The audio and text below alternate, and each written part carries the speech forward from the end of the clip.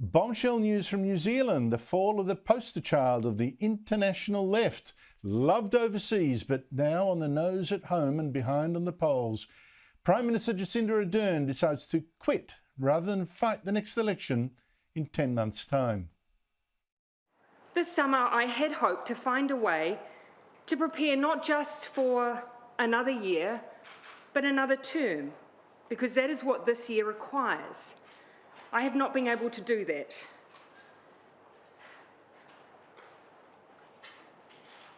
And so today I'm announcing that I will not be seeking re-election and that my term as Prime Minister will conclude no later than the 7th of February. I know what this job takes, and I know that I no longer have enough in the tank. Now, Ardern also said something today that showed why she was admired by the woke, the kind of people more interested in seeming than doing. How would you like New Zealanders to remember you as Prime Minister? As someone who always tried to be kind. Now, that's lovely, but it's the kind of emoting that made leftists around the world, especially Australia, treat her as a hero, almost a saint. Here's our Treasurer, Jim Chalmers, today. We are talking about an incredible source of strength at home in New Zealand and a source of remarkable inspiration around the world. It is something Conservatives know very well. It's one thing to seem good. It is a very different thing to actually do it. And that is why Ardern was leading her Labor government to defeat, according to recent polls. Yes, Ardern could wear Islamic head coverings and show great empathy and genuine compassion after the terrible massacres of Muslims in Christchurch by a far-right extremist. And I think that's probably the image that many people overseas will have of her. But wanting to seem good made Ardern do things that were bad and have made her Labor Party less popular now than the National Party and its ally, the Libertarian ACT Party. For instance, Ardern wanted to seem kind to the 17% of New Zealanders who identify as Maori. What she's done is racist and undemocratic, introducing legislation, for instance, giving the Maori 17% minority an equal say with a much larger non-Maori New Zealand population over the country's water resources. She also created a new Maori Health Authority, the first step to a divided health system, divided by race. Now, obviously, that division, not surprisingly, is turning out to be unpopular. And I hope that's a warning to the Albanese government that's also pushing for racial division. Ardern also wanted to seem kind by spending more, a lot more.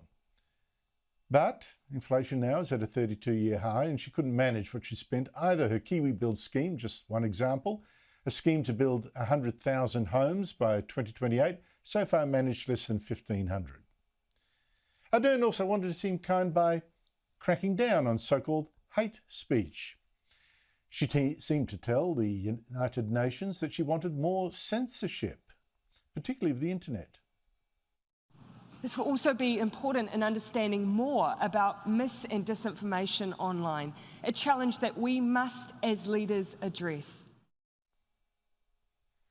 And Ardern's government has effectively stifled debate. For instance, she set up a public interest journalism fund to give media companies $55 million, a lot of it channeled to programs backing Ardern's race agenda. No wonder so many outlets are so tame.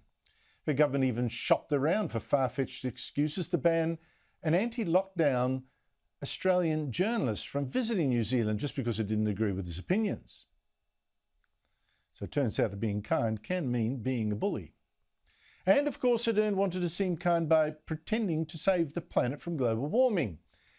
But she's just spread baseless fear by declaring a climate emergency with bizarre predictions of climate doom.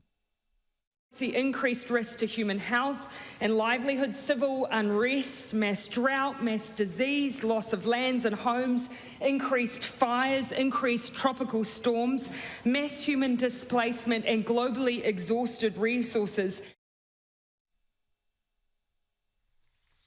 Ardern followed up this hysterical scaremongering, the planet will end, Armageddon. She followed it up last year by announcing a tax on cows and sheep because they're burps and farts allegedly cause dangerous global warming. But it was just another useless gesture because New Zealand, of course, is so small that it can't make any difference at all to the climate.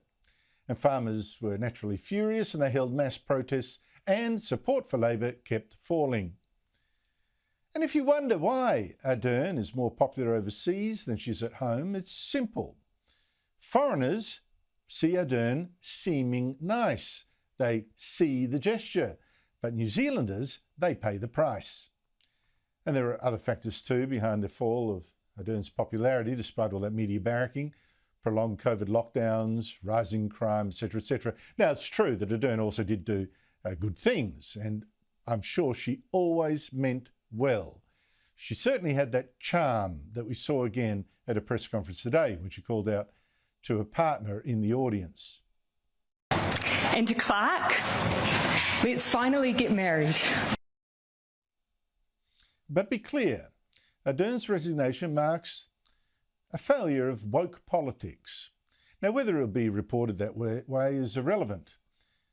As we now see, however things are made to seem, though, the reality will come out.